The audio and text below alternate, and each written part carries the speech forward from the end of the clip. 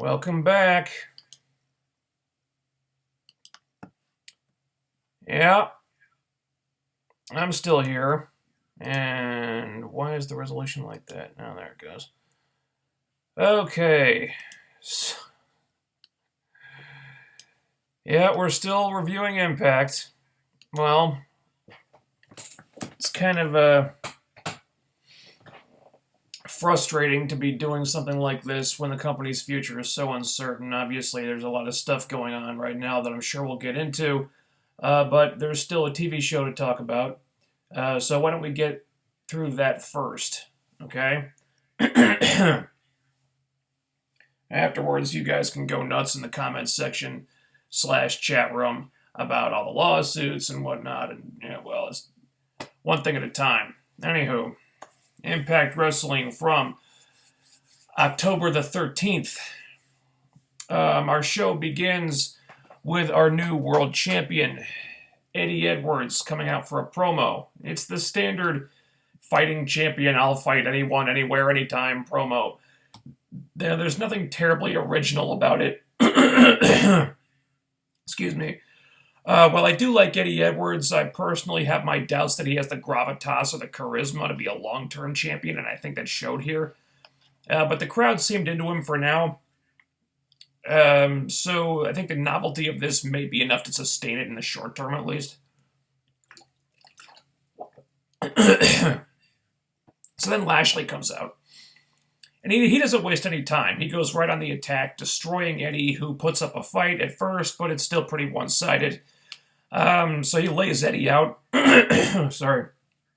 Then Lashley demands his rematch immediately, but EC3 and Moose make the save, and he has to exit stage left. A decent segment to open with. I'm glad Lashley was so pissed off, because this is how a former champion should behave. It's how he should feel after losing their title.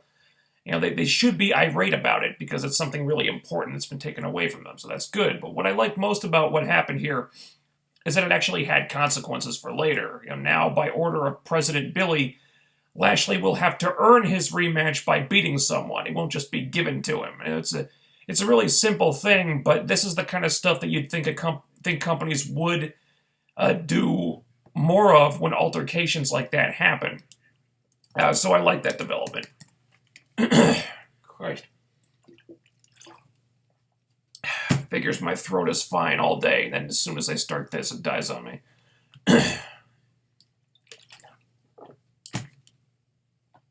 So afterward, Aaron Rex makes another grand championship defense, so they're doing a good job of keeping that title visible so far. The match is not as interesting to me as the way it ended, though. Jesse Goddard is closing in on a victory until Rex gets a little underhanded to win the match. If this is teasing a heel turn for Rex, and I'm assuming it is, I think that's a good idea. Something about Rex as a babyface was not clicking. He seemed a little too generic, a little too vanilla, and maybe that was the point. Maybe they were planning to turn him heel the whole time, or maybe they just decided to switch gears. Either way, good move. And being a heel is what really brought his personality out in the first place anyway, so maybe he's more comfortable that way. Maybe we'll get a little bit of that Damien Sandow flavor now. Sign me up for that, because Sandow was great. I think him incorporating a little bit of that would be a really good thing, so I like where this is headed. It kind of seemed like when they told him to just go out there and be himself, he lost something.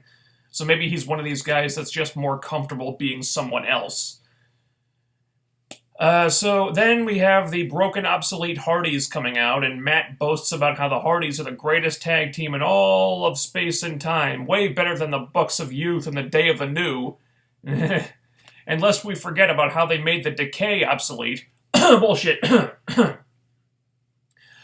So then Matt has another premonition about the next challengers for the tag titles, and that's when the Tribunal of all people jump the crowd barrier and lay them out. The same Tribunal who had tons of trouble with Grado and Shera, who have been treated like glorified goofball enhancement talent up to this point, are going to take on the Hardys. Because as Billy Corgan's new go-to guy, Aiden O'Shea, pointed out, they haven't been terribly impressive so far, so maybe they felt the need to make a statement or something. And now they're going after the tag titles. Now they're going to feud with the Hardys. Good luck with that. My interest is not piqued, to say the very least. You've done nothing to make us give a shit about the Tribunal, nothing to present these guys as any kind of a threat, or as any kind of real stars. I mean, you can't book them like that and then throw them at the Hardys and expect it to work. It won't. I don't care how thin your tag team roster is right now, you can't get any mileage out of this. That's a one-and-done TV match at best. Was something wrong with using the Helms Dynasty? Where are those guys? You really thought the Tribunal would be a better choice? Wow. Maybe the dudes in the masks in that creepy video will be a tag team to shore up this division a little bit and provide some better competition, but if the Tribunal is your best option for feuds right now, then maybe the Hardys should still be feuding with the Decay. So following a pretty good hype video for the upcoming Mike Bennett-Cody Rhodes match, we go right into the Mike Bennett-Cody Rhodes match. They didn't want to take time building this up or anything. They just wanted to go for it immediately. Because why bother with foreplay when you can go for instant gratification, right?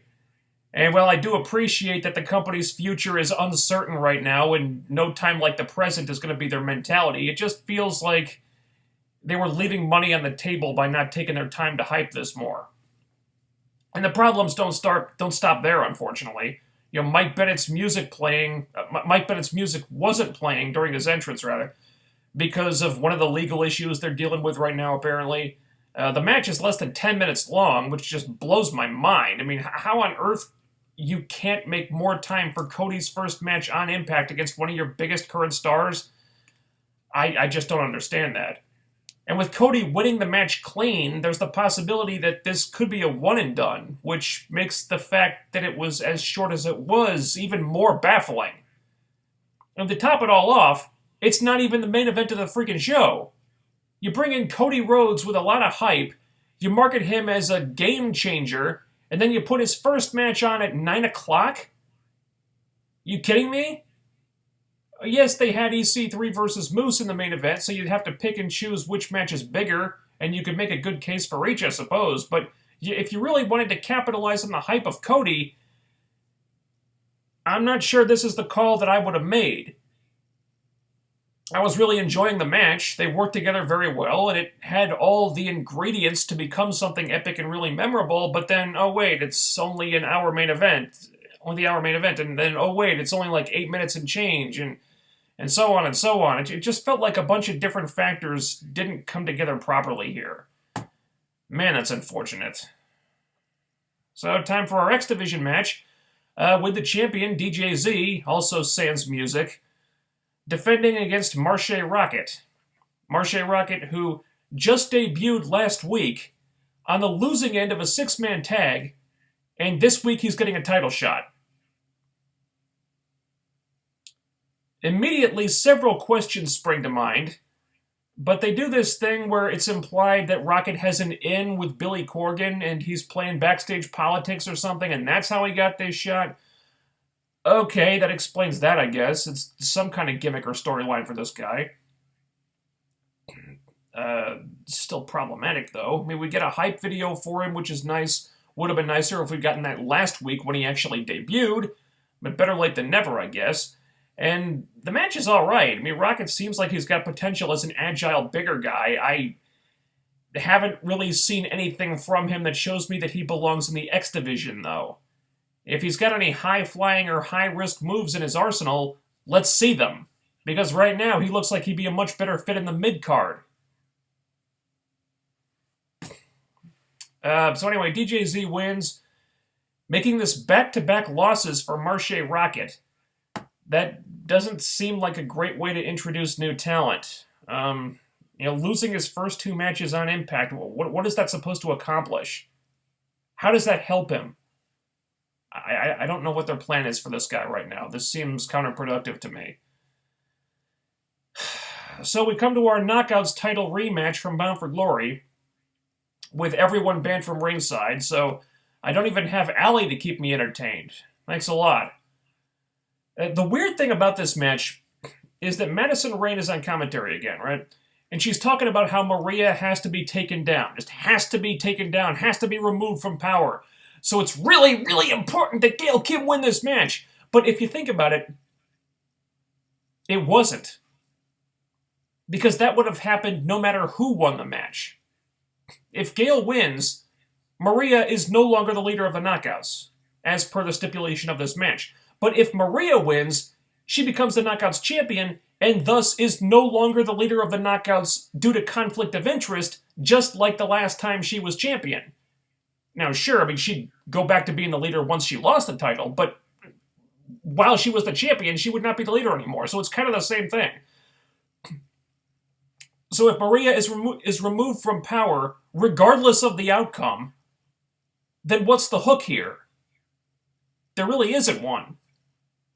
And if they were going to put Maria's leadership of the Knockouts on the line, why didn't they do that at Bound for Glory? I mean, did they really think that we'd be that invested in a rematch when their match on your biggest show of the year was a glorified squash? Ironically, this match was probably more competitive than that one was, and I have no idea why. Why is Maria getting in this offense all of a sudden? Why is Gail more focused on hurting Maria now when she wasn't at the pay-per-view? I mean, stopping a pin attempt just so she can hit Maria with a trash can lid added to her finisher because she just wants to hurt Maria a little bit more before the match is over. That's the kind of thing that Gail should have been doing at Bound for Glory. I don't know why they saved it for this. You know, it's another boring match between these two, and I have no desire to see a third one. Hopefully this rivalry is done now and we can move on to a fresh Knockouts feud that doesn't involve glorifying Gail Kim every 5 minutes. Maybe something with Allie or Rosemary. That would be just great. And after the match is done, Josh Matthews describes Gail being the champion as, and I quote, a new beginning for the Knockouts. So the same woman who has been pushed more than any other in this company for the last decade, still being the top dog, still being the champion, is a new beginning? Bullshit. A new beginning would be Gail passing the torch to the woman who's going to carry this division for the next decade, or the crowning of a first-time champion who the company has big things in store for, something like that. But as long as Jane Cena is the champion, I highly doubt we're going to be seeing anything new. More like the division will just continue to be the Gail Kim show until such time that Gail retires, or goes on vacation, or gets injured or something. Then we come to our main event of EC3 versus Moose to determine who will face Lashley for the number one contendership next week. And if you thought Mike Bennett versus Cody Rhodes was too short, well, it was, but so was this. You get the first ever match between the guy who's the face of your company and one of your newest and fastest rising stars, and once again, it's less than 10 minutes. What are you doing? Were you trying to cram too much stuff into the show? Was time management so poor this week that you couldn't allot more than a few minutes to something like this? How does that happen, TNA? Now, I really got a kick out of the match while it was going on. I wanted to see a much longer one, but then all of a sudden it was over. And I don't like how quickly EC3 losing matches became something that's treated as if it's an everyday occurrence. EC3 losing a match should still be presented like it's a big deal, but it's not. If you're trying to come up with reasons why EC3's character has lost momentum lately, that's one of them. But they set up Moose versus Lashley for next week, and that should be awesome if they actually give it the time it needs. They've been teasing this one for a little while now. A lot of people are itching to see it, me included, and I would urge TNA to not treat it casually. Try to make a big deal out of this one, please. This episode had a bunch of things going for it when it started, but the lousy time management really hurt it. I think they tried to do too many things here, and the end result was that they hurt the two biggest selling points this episode had in Cody Rhodes, Mike Bennett, and EC3 Moose. The X Division and Knockout matches really could have been saved for next week, though I do want those divisions to be getting weekly TV time all things considered, those other matches coming off really well, should have been given priority here. I'm not going to say this was a bad Impact, but it was kind of problematic because of the placement of certain things on the show and the amount of time or lack thereof devoted to certain segments. And that was Impact. And let's see what you guys are talking about here.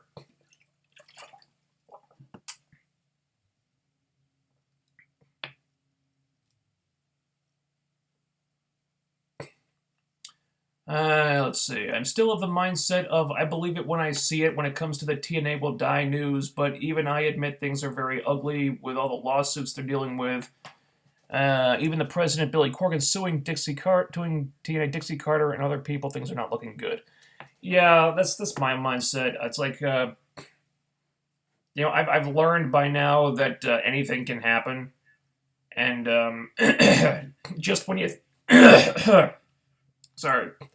And like just when you start thinking something will never happen, that's kind of when it does happen, stuff like that. So I'm just waiting to see how it plays out. I'm not gonna buy into this person saying, "Oh, the company's done for," or whatever. I'm just gonna wait and see. Now, admittedly, things are not very rosy for the company right now. By all accounts, Dixie Carter has made a complete mess of this sale, and it seems to be like the opinion of all parties involved that Dixie's become a cancer that needs to be expunged ASAP. So, if that can happen, and if Billy Corgan gets the control of the company, and the sooner that happens, the better. If they can manage all these things, they'll still be all right. And hold on one second. There's an important number in the middle of something here. When are you gonna be done? Hour? Half an hour. Take me to the store? Yeah. Okay. Yeah. Okay, so I gotta do the rest of this quickly, because I gotta go do something. Where the hell was I? Moosey C3 was really good. Also, Eli Drake has really stepped up. Yeah, it was really good. I just wanted it to be longer. They're continuing to tease EC3 and Eli Drake, and I'm really salivating to see that feud. I hope we get to see it. They could have also cut Bennett's entrance since he entered first. As for DJZ, they could have played his older theme. That would have been a better solution to this problem. Cutting the entrance of one of the two big matches, the two main event caliber matches on the show, I don't think that would have solved anything. I guess they could have pumped in some other music that they had the rights to. But yeah, it was kind of a really frustrating situation that was. Thoughts on the lawsuit between Billy and Dixie. Kind of already covered that. I think I don't know what the hell Dixie thinks she's doing, but it just seems like she's... How do I say this? It seems like there was an easy solution and just to sell to Billy Corgan, but now it's like Dixie is trying to avoid doing that by just procrastinating and continuing to make the situation more and more complicated. So I don't know. It's like if we want the company to survive and have a future, it seems like the logical course of action would be to sell to Billy, and I'm not sure why that hasn't happened yet. I guess we'd have to ask Dixie Carter. Maybe she's trying to save face, or maybe she's nursing a bruised ego or something, but it's... there don't seem to be a lot of options at this time, Dixie. If she cares about the company at all, sell it to somebody who seems to have a better grasp on what to do than you do. In this case, that would be Billy Corgan.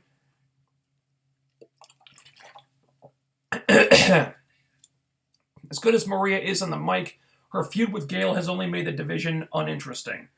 I would agree and disagree. I think it's been uninteresting because there's been so much focus on it, and it went on for so long easily went several months too long, that they lost focus on everything else. And the division became pretty much all about Gail versus Maria. And I've said this before, they had me at Slammiversary because the build-up to that was really good, but then it just got delayed, and they thought they could string it out until Bound for Glory, and they really couldn't, and then people lost interest, but it was still going on, and people were just really chomping at the bit for something new, and they weren't really getting it. And that's how it became uninteresting. I think if it had culminated at Slammiversary, there would have been no problem, because then they could have moved on to something. They could have wrapped it up and then moved on to something else. But sadly, that is not what happened. Rex needs that heel turn. He's been surprisingly bland as a face. Agreed. What do you think of those guys with the masks? I just got, God, I hope it's not another invasion angle. I'm thinking maybe there'll be a tag team. That would probably be a good idea because there aren't many compelling options in the tag division right now. You've got the Hardys, you've got the Decay, and you got the Helms Dynasty, who haven't really been presented as a tag team except in, I think, one match. And otherwise, it's just a bunch of goofball jobber tag teams. So if these guys are going to be a tag team, good.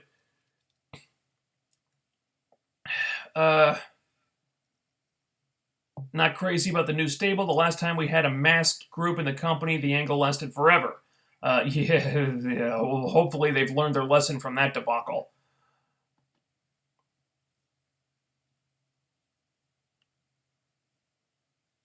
Can they have a feud with other knockouts? Is that too much to ask?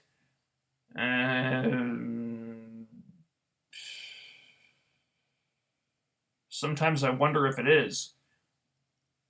They just love Gail Kim so fucking much that they refuse to focus on anybody else. I guess Maria occupies that same category now, but can we get a feud with two other girls, please? I agree. I'm sorry I'm jumping over a lot of things, but I gotta go take care of something here.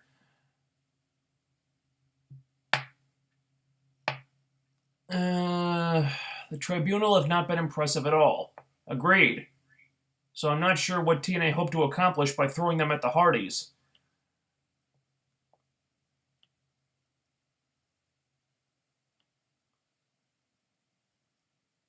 Do you think the Hardys will feud with that new group?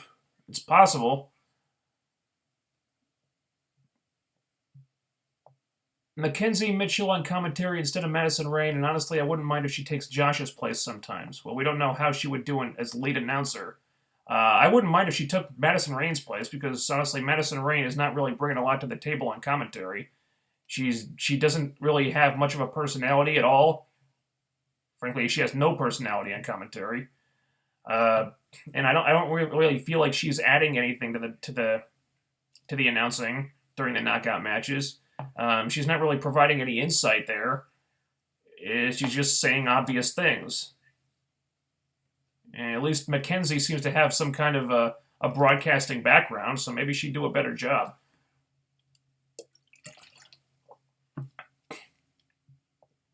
Let's see.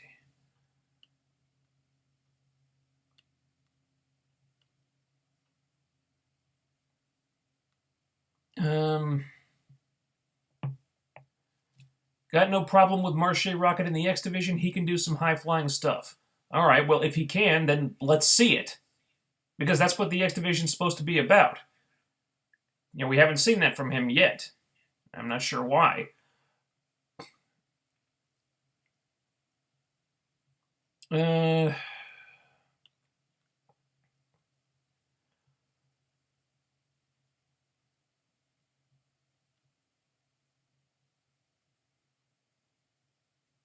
Let's see.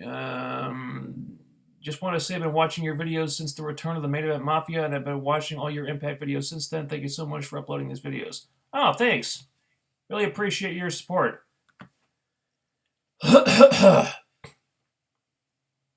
Why not let Mandrews or Andrew Everett win the X title? Nothing against DJZ, but he clearly doesn't need it. Those guys do. Well, Mandrews hasn't been built up at all. Ideally, I'd like to see him get more wins under his belt before he goes for the title. Andrew Everett, they really haven't done much of anything with yet. Neither of those guys have been groomed for the title yet. DJZ has. I think him being the champion makes sense right now.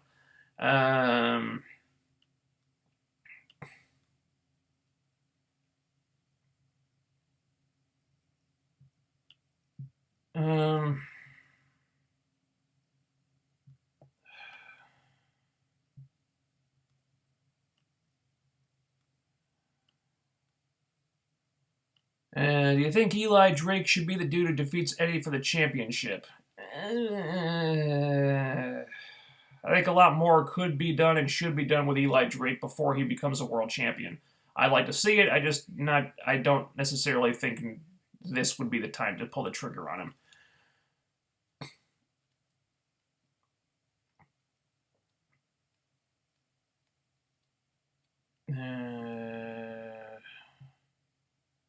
What are they waiting for with the Alley face turn? That should have been done at Bound for Glory.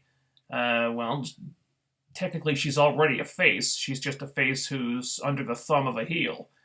That should have been done at Bound for Glory. I don't disagree with that, but clearly I guess they're taking a slow burn approach with it. No spoilers, but I think they're definitely building up to it now, and you can see the wheels in motion there. I would hazard a guess that it'll probably happen in the not too distant future. Maybe they could have done it sooner, but I don't think we'll have to wait too much longer.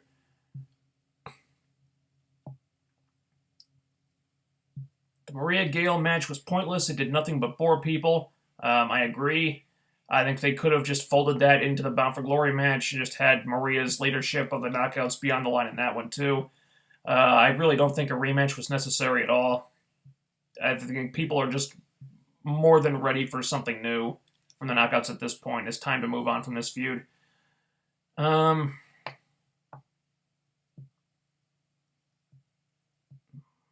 Thoughts on Goldberg? Don't really have any. I have no desire to see Goldberg versus Brock Lesnar. I didn't like it the first time. Oh boy, guys, we gotta wrap this up because I gotta get going. I got some stuff to do. All right, so get your final questions and comments in because I'm gonna put the cutoff point in a minute, and then I gotta go do stuff.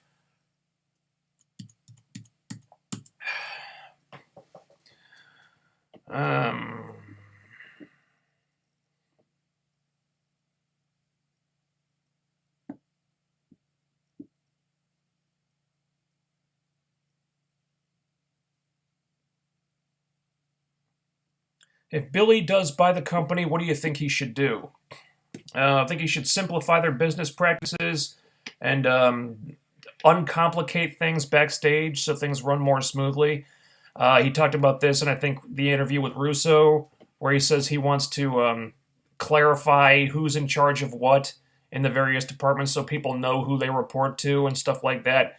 And it kind of boggles my mind that this kind of thing was not taken care of years ago. But the fact that he wants to do that shows that he knows what needs to happen, or at least has a better idea of what needs to happen and what should happen business-wise than Dixie does.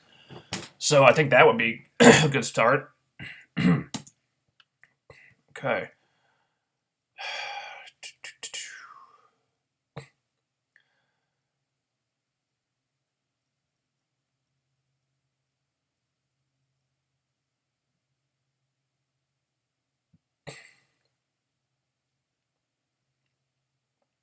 In order for Billy to revamp TNA, they need a lot of work. I recommend they should move out of the Impact Zone in order to gain wrestling fans in their arena instead of tourists. I don't disagree with that either. Problem is, they save a lot of money by shooting in the Impact Zone. And they could sell tickets if they moved to another arena, but moving to another arena would also have additional costs. So I'm not sure that would be financially a good decision.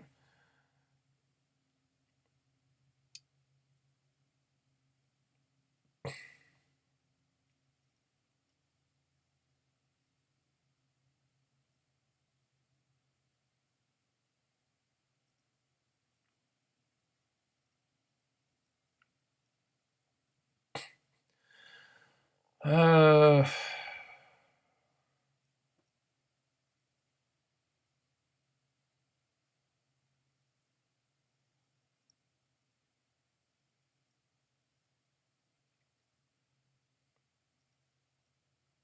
Thoughts on the announcement of Ronda Rousey coming back to fight on December 30th to fight Amanda Nunes for the UFC title? Um, my thoughts are I think Amanda Nunes is probably the favorite to win that one. Ronda clearly hasn't been the same since she lost the title. Uh, Mentally, I'm not sure her head is in the game anymore. She kind of broke her soul when she took her first loss, and she didn't know how to handle it. And we haven't heard a lot from Ronda since then. So I think this one heavily favors Amanda Nunes. Okay.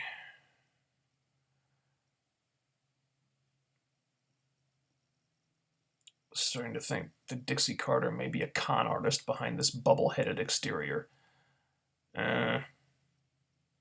Or she just could be completely bubble-headed and has no idea what she's doing. And neither one would surprise me at this point. They could have turned Allie on Maria plenty of times, but didn't, and now it's like is she ever going to stand up for herself? Because I think fans will get tired of that. I don't think we're at that point yet. I do think the time is coming for her to turn on Maria, though. Rosemary, Jade, Allie, Sienna should be the focus of the division, not Gail and Maria. Agreed. I think Maria definitely has her uses because she's shown that she's capable of getting other people over, and she's willing to do that. Gail, I don't. For whatever reason, Gail Kim doesn't seem willing to do that.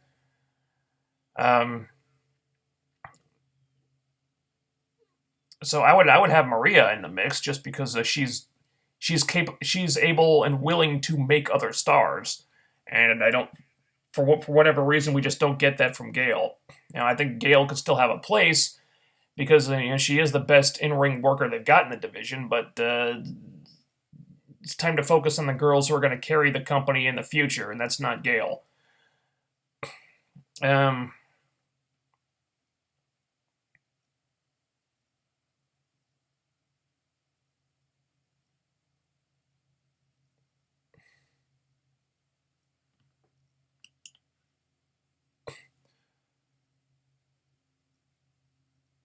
When Josh said a new era for the knockout division, I laughed so hard. Yeah, a 40-year-old who's been in TNA for years, who has been the knockouts champion a zillion times, winning means a new era. LOL. Yeah, that was my reaction too. And last question before I got to take off, guys. What do you think of the TNA unpaid taxes issue? I'm wondering how they got themselves into this situation. Clearly, the finances have been in a bad state for a long time, and it's like, well, what was being done to alleviate this problem? Were they doing anything, or were they just trying to ignore it and hope it goes away? Man, it's news like this that makes me really want to have a conversation with Dixie Carter and just ask her some hard questions about how she let the company get into this state in the first place. Because by all accounts, this is all on her. And it's just really frustrating because she doesn't say anything. She doesn't let the fans know what's being done to work on this problem. And if nothing else, Billy has shown to be very transparent when there's a situation that needs to be dealt with. He goes on the internet and he says what it is, and he tells the fans what's going on. Dixie doesn't do that. She likes to keep her secrets. She likes to keep everything very insular.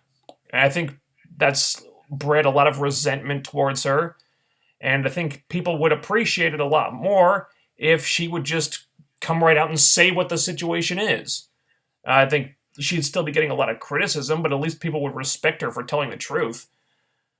And that is going to have to be it, guys. I got to go deal with real life stuff right now. So I will see you hopefully next Thursday at 10:15 p.m. Eastern for the Comic Show post show, and hopefully next Saturday for the next Impact stream. Okay, I gotta go. See you soon. Over. Out. Bye.